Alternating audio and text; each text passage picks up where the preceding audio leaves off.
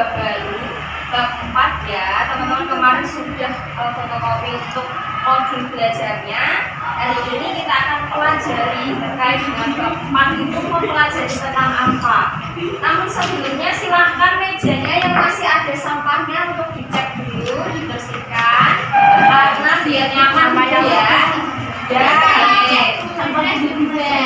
Ada ya, bersih. Terima kasih.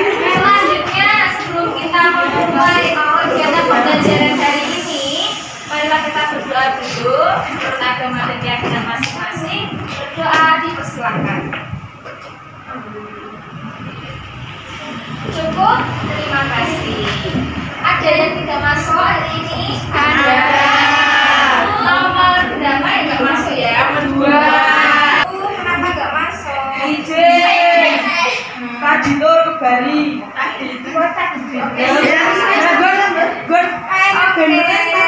Terima kasih. Oke teman-teman, sebelum kita masuk ke bab 4 ya terkait dengan materi kita pada kesempatan kali ini, kita akan menyaksikan terlebih dahulu. Itu ada video, silahkan disimak baik-baik dan nanti ada kesempatan teman-teman buat mereview terkait dengan isi videonya itu apa.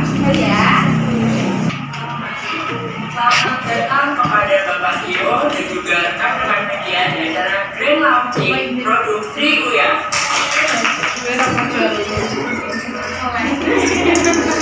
Produk Sri Uya memiliki bahan dasar 100% herbal alami.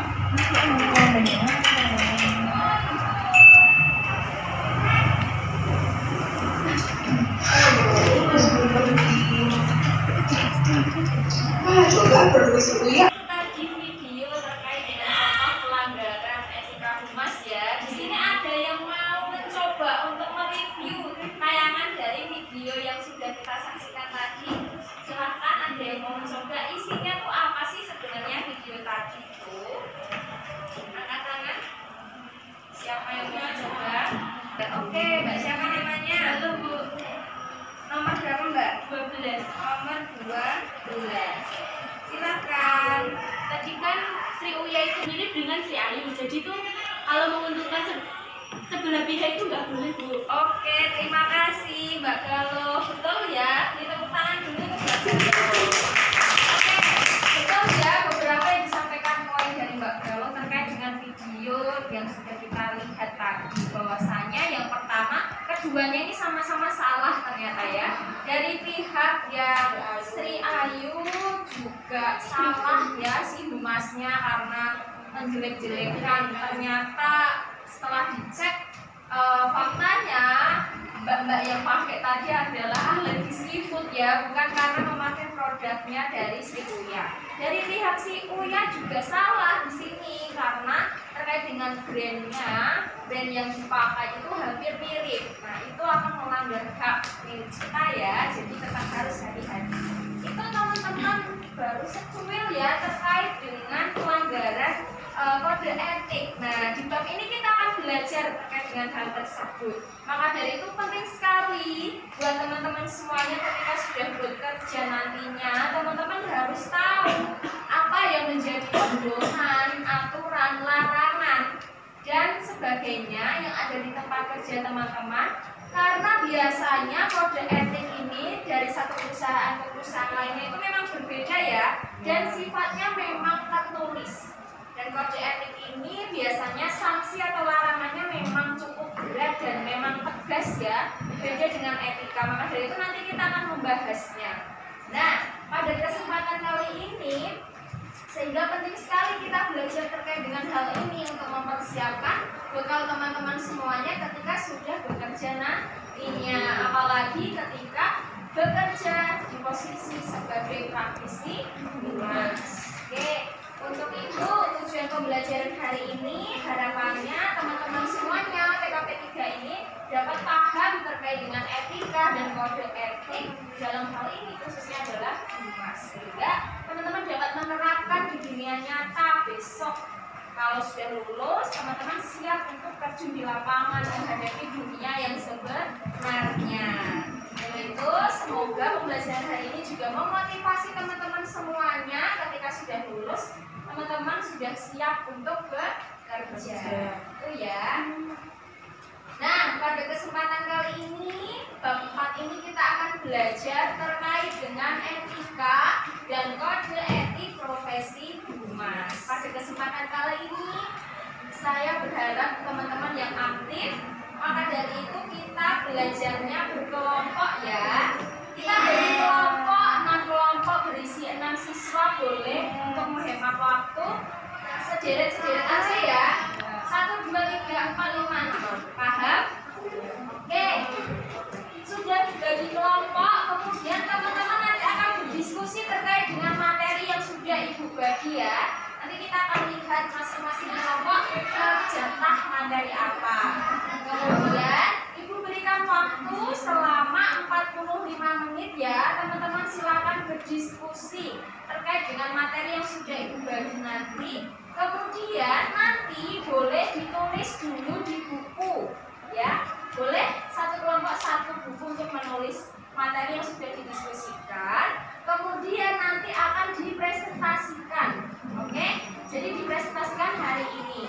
Untuk hasilnya, hasil PPT-nya itu akan dikumpulkan 1 minggu kemudian. Ya, paham ya? Nah, sampai sini ada yang mau ditanyakan? Belum ya. Kemudian nanti setelah sudah dibagi ya materinya, nah ini pembagian materinya. Kelompok 1 perbedaan etik, etis, etika, etiket dan seterusnya sampai kelompok 6. Silahkan mulai ditulis per kelompok untuk materinya. Kemudian ini juga silahkan untuk didengarkan.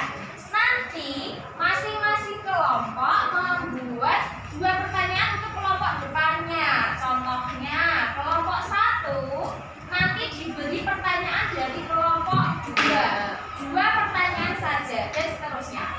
Sampai sini ada yang mau ditanyakan? 2 pertanyaan ya. Jadi nanti silahkan diskusi selama 45 menit. Bagaimana teman-teman bekerja sama di sana? Ada yang membuat materi, ada yang mau membuat pertanyaan juga untuk kelompok yang satunya dan lain sebagainya. Dulu ya. Oke, silakan untuk mulai berhimpun ya, tergantung dengan masing-masing kelompoknya. Waktunya dimulai dari sekarang. Silakan.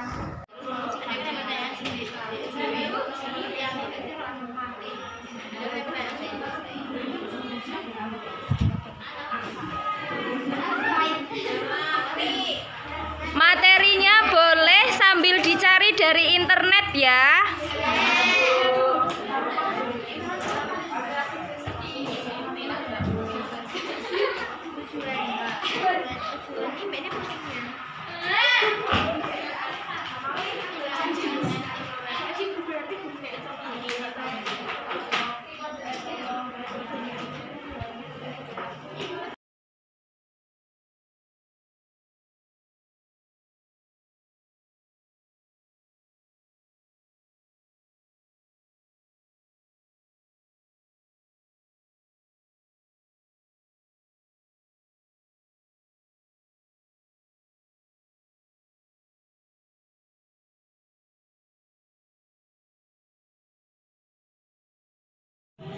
Oke teman-teman, karena waktunya sudah habis, saatnya masing-masing kelompok untuk mempresentasikan hasil diskusinya ya, mulai dari kelompok 1 sampai dengan kelompok 6.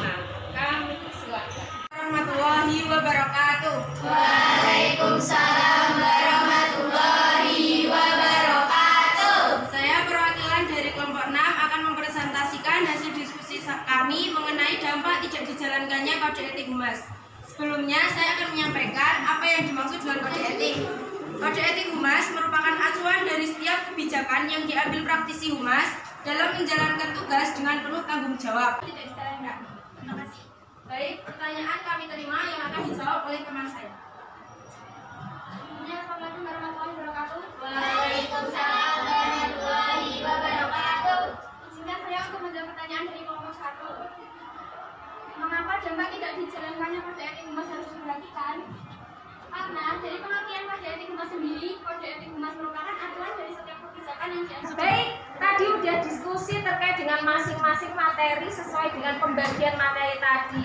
Bagus ya, yang disampaikan semuanya. Nah, di sini Ibu akan menyimpulkan sedikit demi sedikit terkait dengan materi kita pada bab 4. Etika ini ya, etika dan kode etik materinya. Etika ini betul seperti yang disampaikan oleh kelompok 1 tadi, bahwasanya etika memang seperti suatu peraturan ya, pedoman, aturan, larangan yang ada di masyarakat sekitar, yang mana itu menilai perbuatan kita apakah baik atau tidak, apakah sopan atau tidak, dan lain sebagainya, seperti yang sudah dijelaskan oleh kelompok 1 tadi. Kemudian kalau kode etik, nah ini tuh lebih formal ya, lebih ada di sebuah lembaga, perusahaan atau organisasi, biasanya lebih tertulis. Oke, biasanya lebih tertulis dan memang ada sanksi atau hukumannya ketika kita melanggar. Itu balik lagi tergantung dengan tempat kerja teman-teman semuanya. Jadi bisa teman-teman nanti baca kembali yang ada di PPT. Kemudian yang selanjutnya terkait dengan kode etik profesi humas. Teman-teman bisa lihat ya, kita harus tahu dulu mulai dari pengertian profesi itu apa, etika profesi apa, kode etik profesi apa, hingga kode etik profesi humas. Pada dasarnya kode etik profesi humas adalah aturan-aturan, pedoman, panduan apa-apa saja yang harus dilaksanakan oleh praktisi humas.